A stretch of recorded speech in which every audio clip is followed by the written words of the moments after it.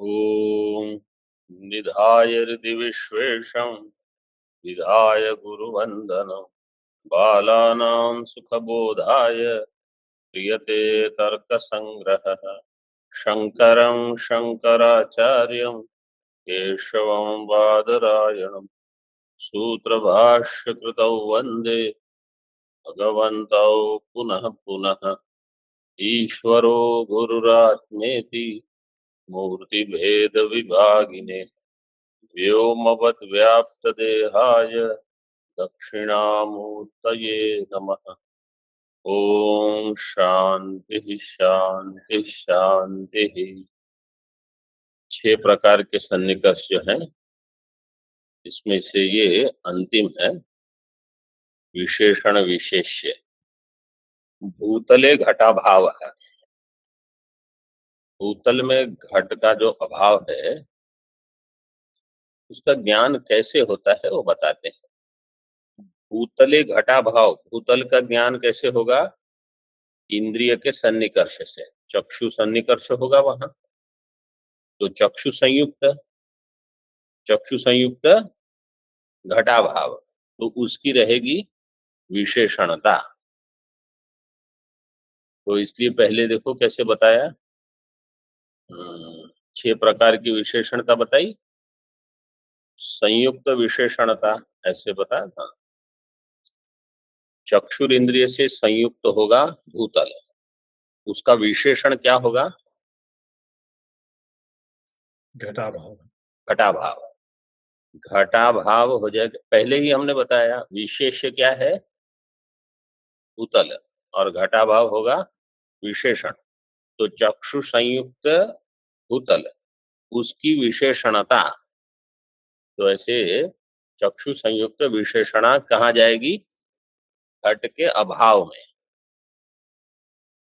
ऐसे ही अगर समझो कोई कहेगा कि मुझे भूतल में घटा भाव नहीं देखना, इसको ठीक से समझ के बताना। भूतल में घटा भाव नहीं देखना, भूतल के रूप में घटा भाव। भूतल के रूप में घटा भाव है। वो कैसे ज्ञात होगा?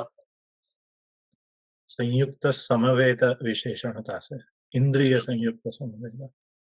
इंद्रिय संयुक्त क्या होगा? भूतल है, उसमें समवाय संबंध से क्या रहेगा? रूप। वहां किसका अभाव हमको देखना है? घट के अभाव। तो इसको ऐसे, इस ये आप लोगों के पुस्तक में नहीं है, इसको आपको लिखना है तो लिख लो, नहीं तो बाद में फिर ये आपको बैठेगा ही नहीं कि क्या कहना क्या चाहते हैं। मतलब ये अन्य अन्य किसी ग्रंथ से ही ये सब मिलता है। तो भूतल के रूप में घट का भाव, और अगर कोई कहेगा नहीं भूतल के रूपत्व में घट का भाव, तो कैसे हो जाएगा? संयुक्त समवेत समवेत विशेषणता। संयुक्त समवेत समवेत विशेषण। प्रत्यक्ष हो रहा है भूतल का, फिर उसमें संयुक्त समवेत है रूप, उसमें समवेत है रूपत्व, उसमें अभाव रहेगा घट का। तो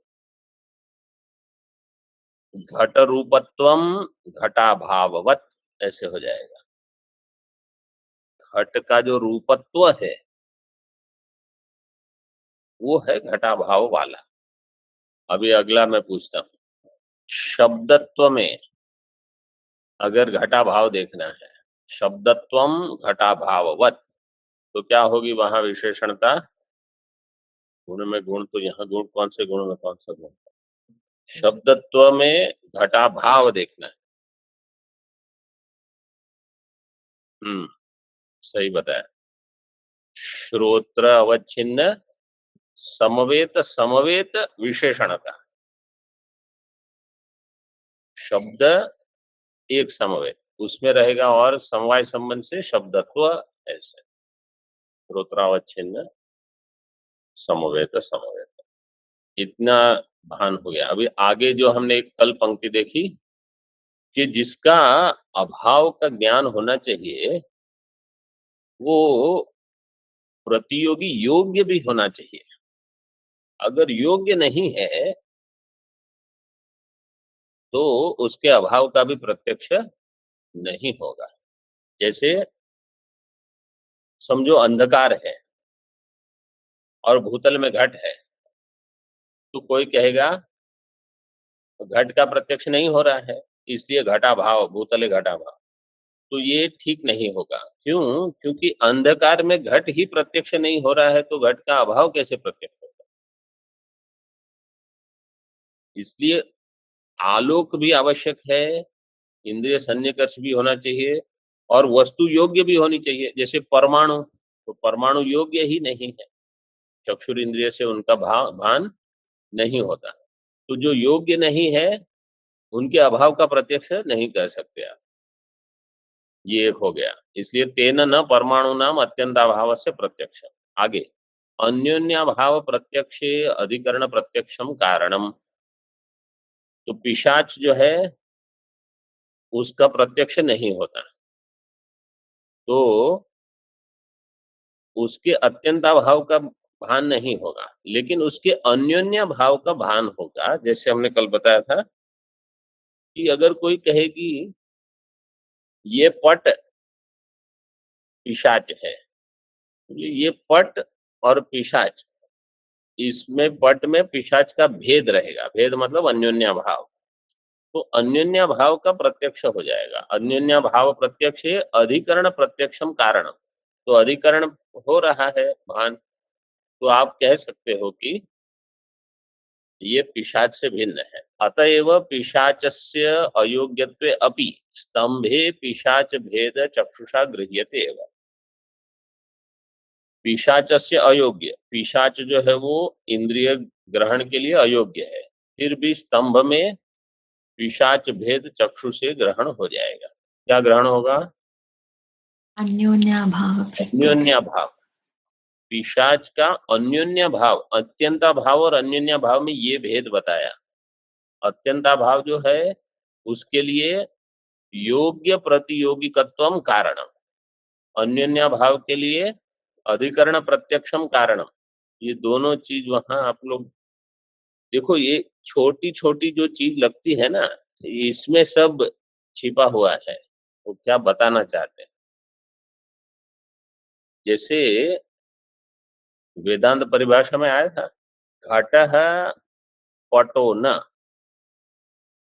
ये क्या है? कौन सा अभाव है? अत्यंत अभाव। अत्यंत अभाव नहीं, अन्योन्य अभाव। अन्योन्य घटः पटो न, ये होगा अन्योन्य भाव। घट का पट से भेद है, घटे पटो न, ये अत्यंत भाव। सप्तमी विभक्ति आया था वेदांत परिभाषा में, आया था घटे पटो न, घटः पटो न, इदम रजतम न, ऐसे आया था। दृष्टांत ऐसा था, इदम रजतम न और अत्र रजतम। रजतम न, ऐसे। एतेन, अभी प्रतीक देखिए दीपिका में, एतेन अनुपलब्धेः प्रमाणांतरत्वम निरस्तम। इससे क्या हुआ? अनुपलब्धि को अन्य प्रमाण जो मानते हैं, मीमांसक भाट और हम वेदांती, तो ये कहते हैं कि अनुपलब्धि को अन्य प्रमाण मानने की आवश्यकता नहीं है, ये इंद्रिय सन्निकर्ष से अभाव का ज्ञान भी हो जाएगा।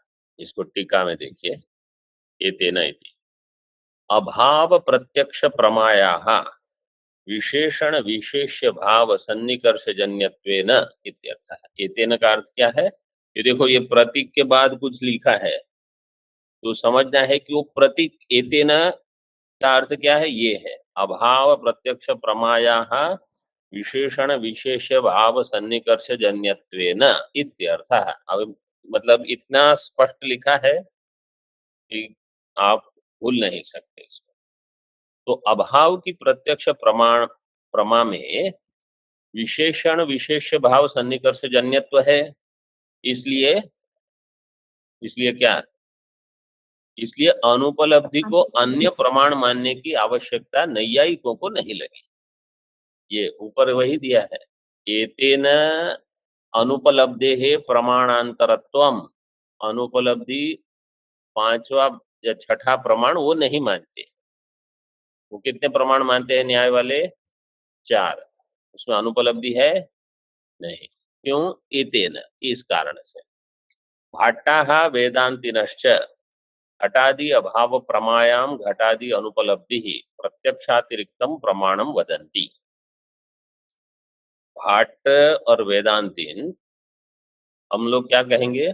घटादि अभाव की प्रमा में घटादि अनुपलब्धि एक प्रमाण होता है और वो प्रत्यक्ष से अतिरिक्त है। प्रत्यक्षातिरिक्तम प्रमाणम वदन्ति तत्खंडितम। अभी उन्होंने उसका खंडन कर दिया। खंडन तो कर दिया, लेकिन अभी हम आएंगे, ऐसे ही थोड़ी जाने देंगे हम उसको। आगे देखिए, ननु उपलब्धिम विना नैयायिक मते अपि अभाव प्रत्यक्ष अजननात् तस्याः प्रमाणांतरत्वम अवश्यम अंगीकर्तव्यम इति अतस्तर्कम आह।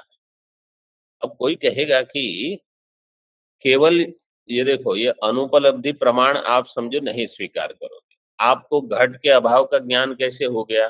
प्रत्यक्ष से हो गया, ऐसा अगर आप कहोगे तो प्रत्यक्ष प्रमाण से आपको घट का अभाव दिख रहा है क्या? कोई पूछेगा।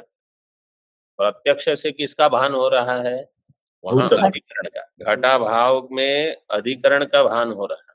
घट तो है नहीं, वहां घट का अभाव है, लेकिन घट के अभाव के साथ चक्षु संयोग सन्निकर्ष नहीं हुआ। इंद्रियार्थ सन्निकर्ष जन्य ज्ञानम प्रत्यक्षम, तो प्रत्यक्ष यहाँ तो भूतल का हो रहा है, घट के अभाव का कहाँ हो रहा है? ये प्रश्न होगा। तो वो कहेंगे कि जो यहाँ ननु में दिया है, देखो, अनुपलब्धि इसमें सहकारी कारण होगी। इसको आगे दिया है, वैसे अगली पंक्ति में देखिए, दीपिका देख लीजिए पहले। यदि अत्र घटो अभविष्यत् तदा भूतलम इव अदृक्ष्यत् दर्शनाभावान् नास्ति इति तर्कित प्रतियोगी सत्व विरोधी अनुपलब्धेः सहकृतेन इंद्रियेण एव अभाव ज्ञान उपपत्तौ अनुपलब्धेः प्रमाणांतरत्व असंभवात्। अनुपलब्धि को प्रमाणांतर नहीं मानते। क्यों नहीं मानते? वो क्या कहते हैं, एक तर्क देंगे वो। यदि अत्र घटो अभविष्यत्, अगर यहाँ घट होता, अभविष्यत कौन सा लकार है देख के बताओ? लुंग लकार होगा शायद, अभविष्यत लुंग लकार, लिंग लिंग लकार, लिंग। यदि अत्र घटो अभविष्यत् तदा भूतलम इव अदृक्ष्यत्, अगर यहाँ घट होता तो जैसे भूतल दिख रहा है वैसे घट भी दिखता, लेकिन घट नहीं दिख रहा है। दर्शनाभावात् नास्ति, नास्ति घटो, दर्शन के अभाव से घटो नास्ति अत्र। तो ये है तर्क उनका। अगर देवदत्त रात्रि को भोजन नहीं करता, वहां भी वो तर्क ही लगा देते हैं। अर्थापत्ति के लिए भी उनके लिए वो कहेंगे व्यतिरेक व्याप्ति से हो जाएगा, ये भी व्यतिरेक है। परमाणु नहीं, वहां तो योग्य उपलब्धि चाहिए ना, परमाणु तो योग्य नहीं है, इसलिए उन्होंने क्या कह दिया, योग्य हो। तो घट योग्य तो है, तो अगर घट होता तो दिखता, घट नहीं है, नहीं दिख रहा है, इसलिए नहीं है। ऐसे यदि अत्र घटो अभविष्यत् तदा भूतलम इव अदृश्यत् दर्शन अभावात् नास्ति इति तर्कित प्रतियोगी सत्व विरोधी अनुपलब्धेः। यह है तर्क, तर्कित प्रतियोगी सत्व। प्रतियोगी सत्व मतलब प्रतियोगी कौन है इसमें? घट। प्रतियोगी है घट। प्रतियोगी सत्व मतलब घट का भाव। प्रतियोगी सत्व विरोधी क्या होगा? घट का अभाव। प्रतियोगी सत्व विरोधी उसकी अनुपलब्धि, प्रतियोगी सत्व विरोधी अनुपलब्धि है, ये हो जाएगा सहकारी कारण। सहकृतेन इंद्रियण एवं अभाव ज्ञान उपपत्तौ, तो अनुपलब्धि सहकृत इंद्रिय से अभाव का ज्ञान होता है, वो ऐसा कहेंगे। केवल इंद्रिय से होता तो ये प्रत्यक्ष प्रमाण हो जाता है। वो कहेंगे नहीं, अनुपलब्धि सहकृत इंद्रिय से अभाव का ज्ञान होगा, इसलिए अनुपलब्धि प्रमाण मानने की आवश्यकता नहीं, ये उनका मत है। तर्कित प्रतियोगी सत्व विरोधी अनुपलब्धे है, ये पंक्ति समझ में आई? तर्कित मतलब, तर्कित का अर्थ है आरोपित है। वो टीका में थोड़ा विस्तार हम देखेंगे, पहले थोड़ा सरल सरल समझ लो, मोटा मोटा अर्थ। ये आरोप है, अगर घट होता तो दिखता। जैसे अगर हम आरोप करते हैं, सिद्धांति कहेगा यत्र यत्र धूमस तत्र तत्र वह्नि, पूर्व पक्षी कहेगा धूमो अस्तु वह्निर्मास्तु, तो वो कहेगा धूम हेतु वन्य का प्रयोजक नहीं है, पूर्व पक्षी ऐसा कहेगा। सिद्धांत क्या कहेगा, यदि वन्य न स्यात् तर्हि धूमोपि न स्यात्, अगर वन्य नहीं होता तो धूम भी नहीं होता। तो पूर्व पक्षी कहेगा यदि वन्य न स्यात् तर्हि व्याघ्रोपि न स्यात्, यदि वन्य न स्यात् तर्हि वृक्षोपि न स्यात्, पुरुषोपि न स्यात्। ऐसा आप क्यों नहीं कहते? धूमस्य वन्य जन्यत्वात्, क्योंकि धूम जो है वो वन्य जन्य है। ये जो ऐसी पंक्तियां है ना वेदांत परिभाषा में जो लोग कर रहे हैं, तो ये पंक्ति आपको ठीक ठीक समझनी होगी। मतलब ऐसी पंक्तियां अगर आपको समझ में नहीं आ रही तो चित्त सुखी, अद्वैत सिद्धि, ये आपको पकड़ में ही नहीं आएगा कि चल क्या रहा है, क्योंकि अभी ये इसी स्तर में आप इधर उधर कुछ कर रहे हो। ये पंक्तियां आपको ठीक समझनी पड़ेगी, वहां सारी पंक्तियां लगभग ऐसी ही पढ़ने मिलेगी। मतलब जिनको अधिक ग्रंथ पढ़ने हैं, जिनको नहीं पढ़ने उनके लिए कुछ नहीं, जिनको पढ़ना है तो उतनी मेहनत लगेगी आपको, आपको हर पंक्ति को समझना पड़ेगा। तो ये आरोप है, यदि वन्य न स्यात् तर्हि व्याघ्रोपि न स्यात् सिंहोपि न स्यात्, ये क्यों नहीं कहते आप? क्योंकि धूम वन्य जन्य है। व्याघ्र सिंह इसका वन्य के साथ कोई सहचार दर्शन नहीं है, धूम का सहचार है। सहचार का अर्थ क्या किया है? समानाधिकरणत्व, एक ही अधिकरण में रहना। तो जहां धूम होगा वहां वन्य मिलेगी। तो जैसे यहाँ घटो अभविष्यत्, यदि घटो अभविष्यत् तदा भूतलम एवं अदृश्यत्, दर्शन अभावात् घटो नास्ति, तो भूतलम एवं अदृश्यत्, तो जो अदृश्यत है उसका अभाव, दर्शन अभावात् घटाभावः, ये है उनका तर्क। तो अभी अनुपलब्धि के सहकारी तो आपने मान ही लिया, अनुपलब्धि को आपने सहकारी कारण माना। तो नैयायिक जो ये कहता है, तो भाट वेदांती ये क्या कहेंगे कि आप अनुपलब्धि को तो मान ही रहे हो, केवल आप कहते हो सहकारी कारण है। ननु अनुपलब्धि विना, ये है वो वाक्य, अनुपलब्धि विना नैयायिक मते अभी अभाव प्रत्यक्ष अजननात् तस्याः प्रमाणांतरत्वम अवश्यम अंगीकर्तव्यम। तो अनुपलब्धि के बिना तो आपको भी अभाव का प्रत्यक्ष नहीं होगा। तो कहते हैं हम तर्क से सिद्ध करेंगे। अक्षय का अर्थ है चक्षु, तत्संयुक्ते अधिकरणे भूतलादा वित्यर्थः, चक्षु संयुक्त भूतल। घटो अभविष्यत् इति आपादकम दलम, ये है आपादक। अगर ये होता तो जो पहला दल है वो है आपादक, उसे आपाद्य तदा अदृश्यत, अब वो दिखता। अगर देवदत्त रात्रि भोजन नहीं करता तो पतला होता, अथवा हाँ ऐसे यही ठीक रहेगा, अगर देवदत्त रात्रि भोजन नहीं करता तो पतला होता, लेकिन मोटा है इसलिए रात्रि भोजन करता है। तो यहाँ वही लगाए हैं उन्होंने। अगर भूतल में घट होता तो दिखता, नहीं दिख रहा है इसलिए नहीं है। तो आपादक दलम है घट स्यात्, आपाद्य दल है घटवत्तया ज्ञान विषयी भूतम स्यात्, ऐसे अदृश्यत, अदृश्यत का घटवत्तया ज्ञान का विषयी भूत होता, ज्ञान का विषय बन जाता। इति अर्थकम भूतलम इव।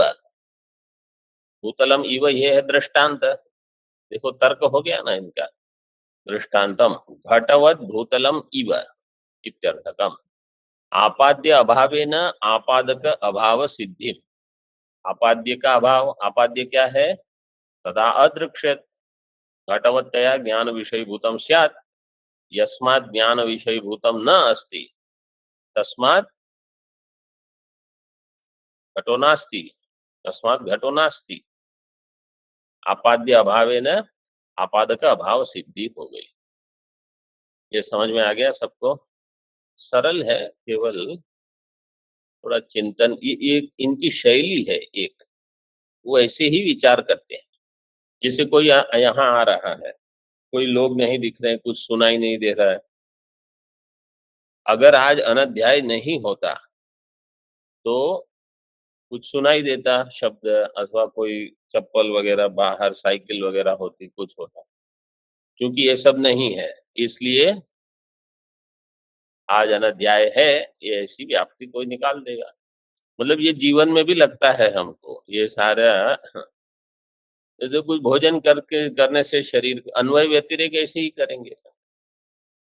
दर्शन अभावात घटवत्तया ज्ञान विषयी भूतत्व अभावात आपाद्य अभावात्मकात् नास्ति आपादक अभावात्मक घटादि अधिकरणत्व अभाववत् सिद्ध्यति इत्यर्थः। ज्ञान विषयी भूतत्व अभावात आपादक अभावात्मक घटादि अधिकरणत्व अभाववत् सिद्ध्यति। तत्तद अधिकरणे चक्षु संयोगे सति एव तत्र घटाभाव प्रत्यक्षम घटानुपलब्धि सहकृतेन चक्षुषैव भवति इति घटादि अनुपलब्धेर नातिरिक्त प्रमाणत्वम इत्याह। तो उस अधिकरण के चक्षु संयोग से ही घटादि अभाव का प्रत्यक्ष हो जाएगा। इसलिए घट की अनुपलब्धि के लिए कोई अन्य अतिरिक्त प्रमाण की आवश्यकता नहीं है। घटा अनुपलब्धि सहकृतेन चक्षुषा एव। तो वेदांती यहाँ ये पूछेंगे कि, और मीमांसक भी, ये अनुपलब्धि का ज्ञान आपको कैसे होगा?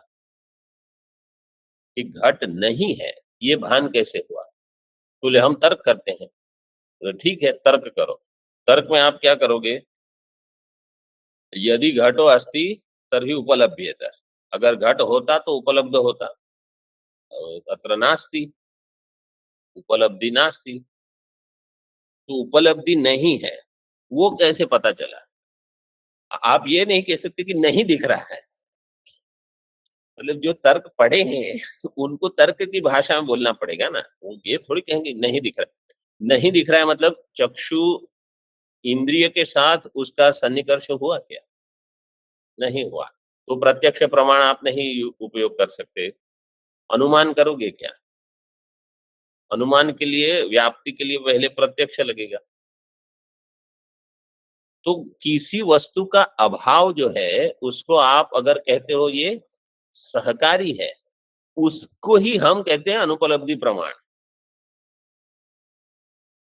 मतलब आप ये नहीं कह सकते कि आप वेदांतियों से थोड़े अधिक समझदार हो। मतलब ये तो कहाँ हम तो आत्मा को आप ऐसे मानते ही नहीं। अनेक और इत्यादि इत्यादि। थोड़ा और देख लीजिए तर्कितम, ताकि अगले पाठ में पूरा हो। तर्कितम आपादितम यत प्रतियोगी सत्वम तस्य विरोधिनी या घटा अनुपलब्धि। तर्कितम का अर्थ है आपादन कर रहे हैं कि अगर वो होता तो उपलब्ध होता। उपलब्ध का अर्थ क्या है? ज्ञान। उपलब्ध का भान अथवा ज्ञान होना। तर्कितम आपादितम यत प्रतियोगी सत्वम तस्य विरोधिनी या घटा अनुपलब्धि। क्योंकि ये सब दिए हैं शब्द, कहाँ दिए हैं? दीपिका में देखो दिया है सब। ये उसी का अर्थ कर रहे हैं। तर्कित प्रतियोगी सत्व विरोधी अनुपलब्धि है, इनके अर्थ कर रहे हैं। तर्किता का अर्थ क्या किया? आपादित। प्रतियोगी सत्वम तस्य विरोधिनी या घट अनुपलब्धि तस्याः सहकृतेन, वो हो जाएगा सहकारी कारण। प्रतियोगी सत्व मतलब घट का भाव, उसका विरोधी घट का अभाव, वो हो गई घट की अनुपलब्धि। उसके सहकृत होने से सहकारितया उपकृतेन मुख्येन कारणेन, मुख्य कारण क्या है? इंद्रियादिना अभाव प्रत्यक्ष उपपत्तौ सत्याम अनुपलब्धिर न प्रमाणांतरम इति समुदितार्थ। अनुपलब्धि प्रमाणांतर नहीं है, उसको अन्य प्रमाण मानने की आवश्यकता इनको नहीं लगी। ननु अभाव प्रत्यक्षे इंद्रियादेर योग्य अनुपलब्धि सहकृतस्य कारणत्व अपेक्षया लाघवेन योग्य अनुपलब्धेरेव कारणत्वमस्तु। आप कह रहे हो अभाव के प्रत्यक्ष में इंद्रिय और योग्य अनुपलब्धि उसकी सहकृत होगी, सहकारी होगी। तो इंद्रिय चाहिए, योग्य अनुपलब्धि सहकारी चाहिए। ओके, योग्य अनुपलब्धि को ही कारण मान लो। दो कारण मानने से एक कारण में लाघव है। इंद्रियादेर योग्य अनुपलब्धि सहकृतस्य करणत्व, इसको कारण माना आपने। अपेक्षया लाघवेन योग्य अनुपलब्धेरेव कारणत्वमस्तु, मतलब असाधारण कारण है। कारणत्व मतलब असाधारण कारण, वही है कारण। इति आशंका निरस्यति। अगले पृष्ठ पर दिया है, अधिकरण ज्ञानार्थम अपेक्षणीय इंद्रियस्यैव कारणत्व। अधिकरण ज्ञान की अपेक्षा के लिए तो इंद्रिय चाहिए।